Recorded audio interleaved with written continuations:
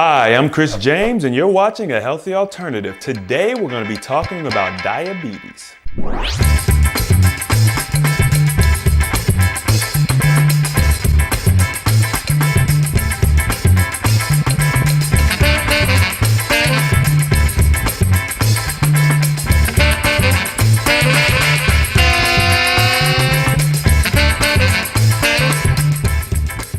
Welcome back, everyone.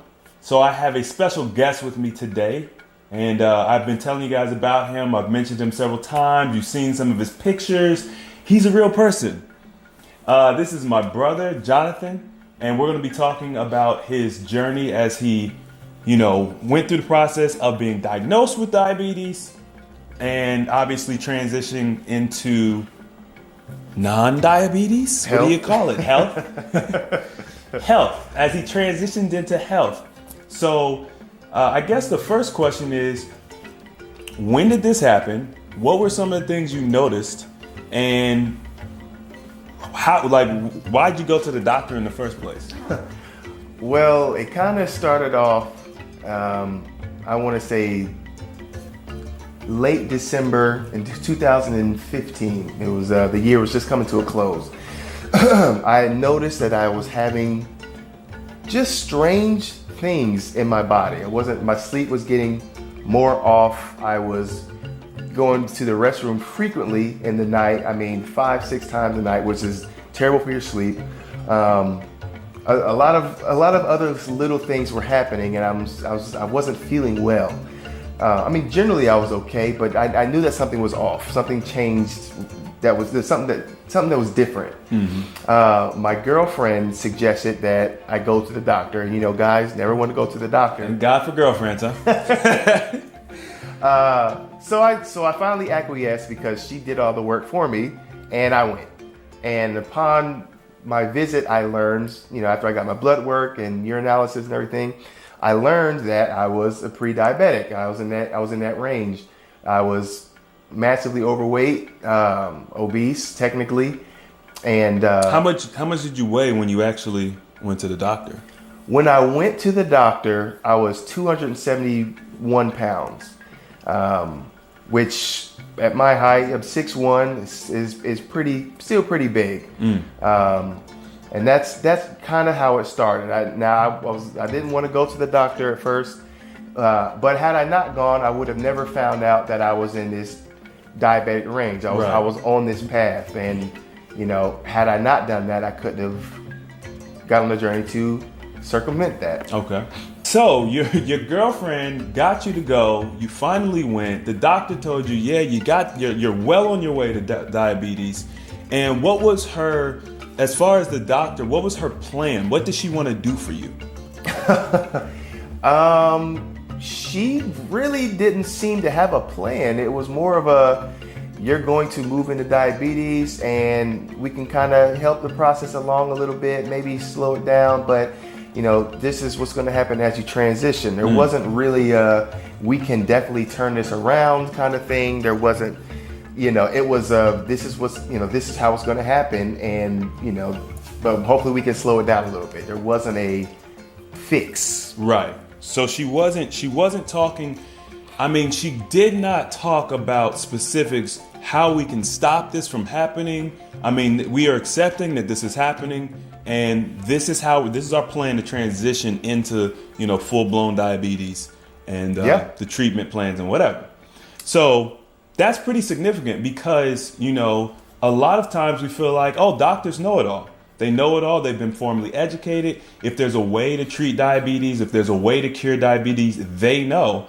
And I remember he came home, he told me all these things, and I was just like, nah, man, no. Because with what I've been learning, we can beat diabetes. We can knock this thing out. And of course, you had done some things on your own prior to all of this happening. You'd taken some herbs or supplements or something like that? Yeah. Before that, I did a little cleanse, and I've been changing my eating habits a little bit. I didn't have the information that I have now at that point. So right. I was still fumbling around in the dark, sort of. and I thought I was making some progress, but it wasn't really till afterwards, and this past year that I really had an understanding of what to do and could succeed. Right. So it sounds like even with you, just kind of working towards learning about the herbs, cleansing and stuff. I mean, that was well before we knew that you were, diabetic. Yeah. And so you did those things, but you were still moving towards that diabetes range, even with the little cleanse you did, even with the subtle changes in your diet. And it sounds like it's just because of obviously lack of knowledge, lack of the proper information. So you get diagnosed. What happens next? Like, what was your game plan for knocking the diabetes out?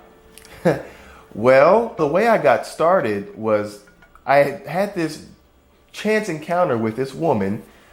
She was a client of mine, and she started telling me about this health supplement called Kyani, and it's got all these super fruits and stuff, jammed in it, and it's this little. It was just like a little shot of juice that you would take, and she was telling me that how it helped people with other, ailments and things like that. And she said that, yeah, it could definitely help with diabetes. So I was just like, okay, that's really exciting, because I was just diagnosed with pre-diabetes, and I wanted to, of course, start to fix that immediately. Because like I said, I was having some issues that I shouldn't be having at my age. Too young. I'm too young. So I was eager to try it, and I did faithfully for 3 months. And I went back to the doctor in April to see what the change was, and there was no change. Unfortunately for me, with what I was doing, I was faithfully taking the Kyani and following the directions and everything, but there was no change still. And when you try something faithfully for 3 months or a certain amount of time, you would figure that there would be some significant, change, but there wasn't. And to me, that was kind of a red flag. So I knew that I had to find something else. There was still something else, another piece of the puzzle that I was missing, that was preventing me from, getting back to a healthy state. So with the Kyani, essentially what you're saying is you didn't get worse, but you didn't get better.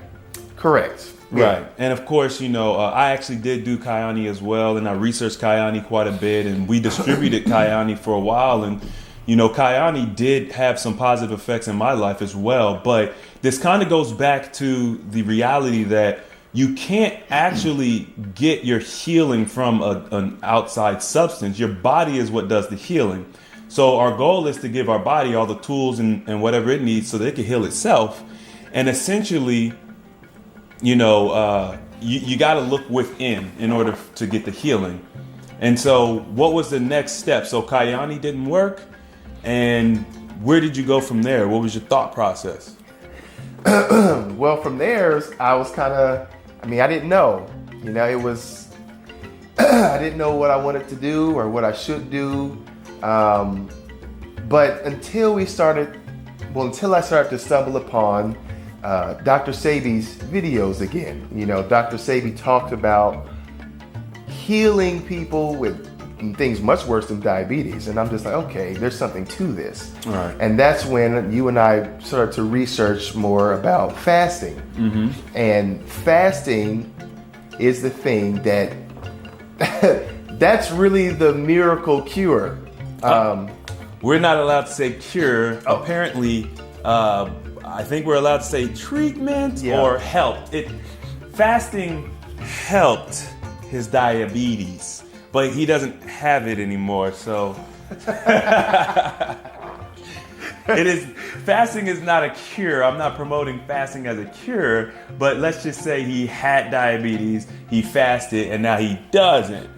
So, yeah. I don't know. For me, it's people look at fasting and they think that it's unhealthy and that you're just starving yourself. All you're going to do is go into starvation mode and store a bunch of fat. It doesn't actually help, when in fact that couldn't be further from the truth.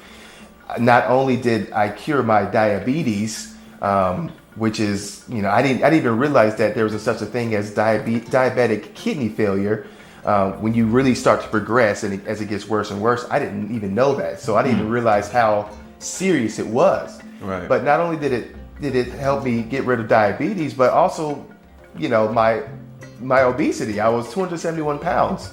Today I'm 201 pounds. So, a 70 pound loss. Right. That's a person. That's a baby. That's a young child. That's an 8-9-year-old. He lost an 8-year-old boy. An 8-year-old boy. Yeah. Well, let's talk about your weight loss just real quick before we move.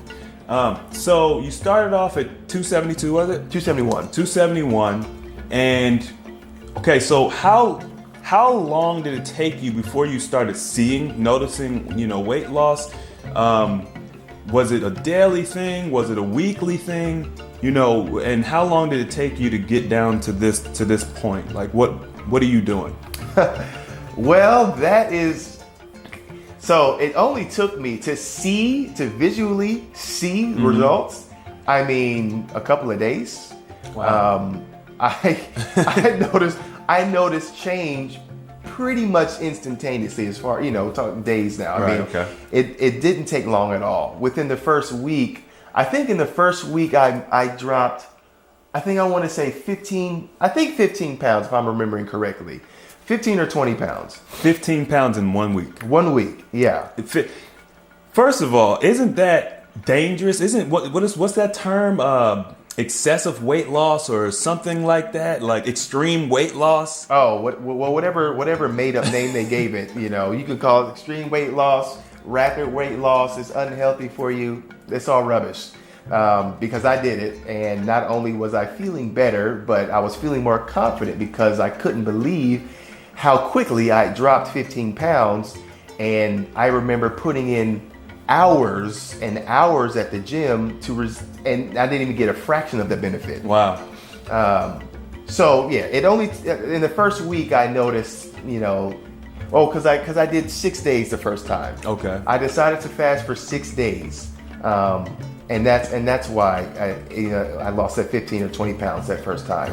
And after that, it didn't take. I was ecstatic because I just remember putting in so much work and not getting any that results. Right.